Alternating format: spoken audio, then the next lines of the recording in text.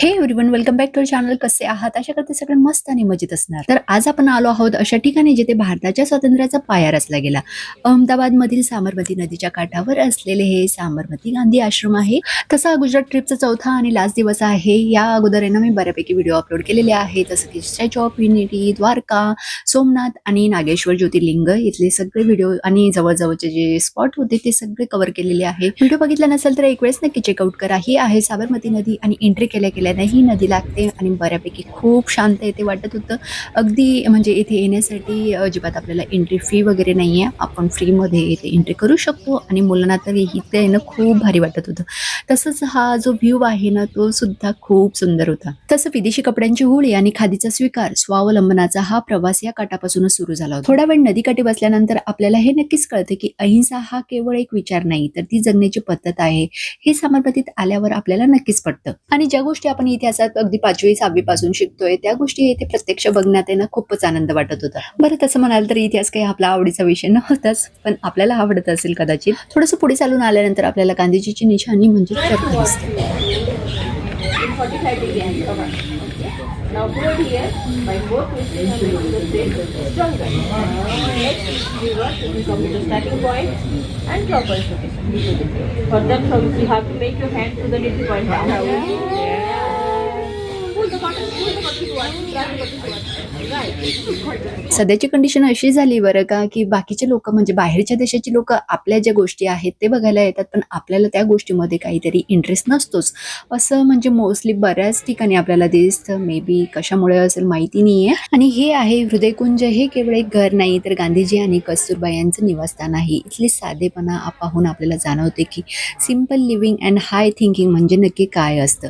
आणि येथे आल्यानंतर म्हणजे यामध्ये ना किचन वेगळं आहे, त्यांची रूम्स वगैरे ज्या आहेत त्या वेगळ्या आहे, गेस्ट रूम वेगळे आहे आणि बऱ्यापैकी ज्या गोष्टी आहे ना ते त्यांनी म्हणजे प्रिझर्व करून ठेवलेले आहे, सेव्ह करून ठेवलेले आहे.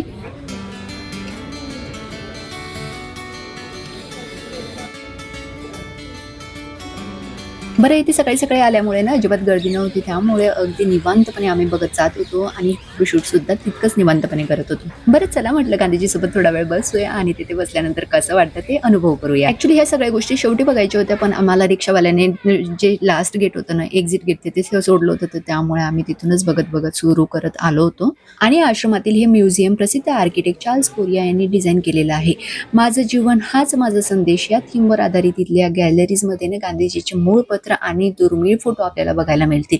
आणि असं वाटतं की त्यांच्या लहानपणापासून आणि हा चरखा आणि बाकी सगळ्या गोष्टी येथे ठेवलेल्या आहेत. आणि जवळजवळ वाचत जर बघायचं म्हटलं तर आपल्याला अगदी 2 ते 3 तास तरी येथे लागून जातील. आणि जस्ट आपण येथे त्यांचे हँडरायटिंग सुद्धा बघू शकता. आणि जर आपण फॅमिली सोबत अहमदाबादला आला तर आपल्या मुलांना सुद्धा येथे आणा, त्यांना सुद्धा आपली हिस्ट्री काय आहे ते कळायला पाहिजे. तसं तर त्यांना सुद्धा असतंच, पण ऍक्च्युअल बघण्यामध्ये आणि रीड करण्यामध्ये बाकी सगळ्या गोष्टी असं ओरली करण्यामध्ये ना फरक पडतो. आणि मित्रांनो, हेच ते आश्रम आहे जिथे 12 मार्च 1930 रोजी गांधीजींनी ऐतिहासिक दांडी यात्रा सुरू केली होती.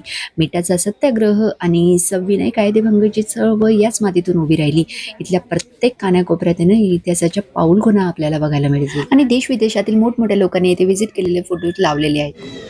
आणि या सगळ्या गोष्टी बघत असताना ना आपल्याला आपण शिकलेले इतिहास मात्र आठवायला लागतो. हे सत्याग्रह, ते सत्याग्रह, ही यात्रा, ती यात्रा आणि बऱ्याच गोष्टी म्हणजे असं आठवत होतं की रिकॉल करत होतो आम्ही की हे होतं, या एकतेला आपण हे शिकलो, त्या एकतेला आपण हे शिकलो. आणि ह्या एक्झिबिशन मध्ये तर त्यांच्या जन्मापासून ते मृत्यूपर्यंत एक आणि एक गोष्ट टिपलेली आहे, नोंदलेली आहे. प्रत्येक गोष्ट बघत असताना तर एक वेगळाच म्हणजे जी भावना होती ना ती वाटत होती की हे असं केलेलं आहे, हे तेव्हा असं केलं होतं. अशा गोष्टी ज्या आहेत ते बघत असताना आपण तर भारावून जातोच. आणि बऱ्यापैकी सगळ्या गोष्टी आमच्या बघून झालेल्या आहेत. आता निघतोय आम्ही एका दुसऱ्या ठिकाणी. त्याचा व्हिडिओ मी सेपरेट टाकेलच. तर आय होप आपल्याला आजचा व्हिडिओ आवडला असेल तर लाईक करा. चॅनलवर नवीन असाल तर आपल्या चॅनलला सबस्क्राईब करा. तर चला भेटूया अशाच एका इंटरेस्टिंग ब्लॉग मध्ये. तोवर स्वतःची काळजी घ्या. Take care friends and bye.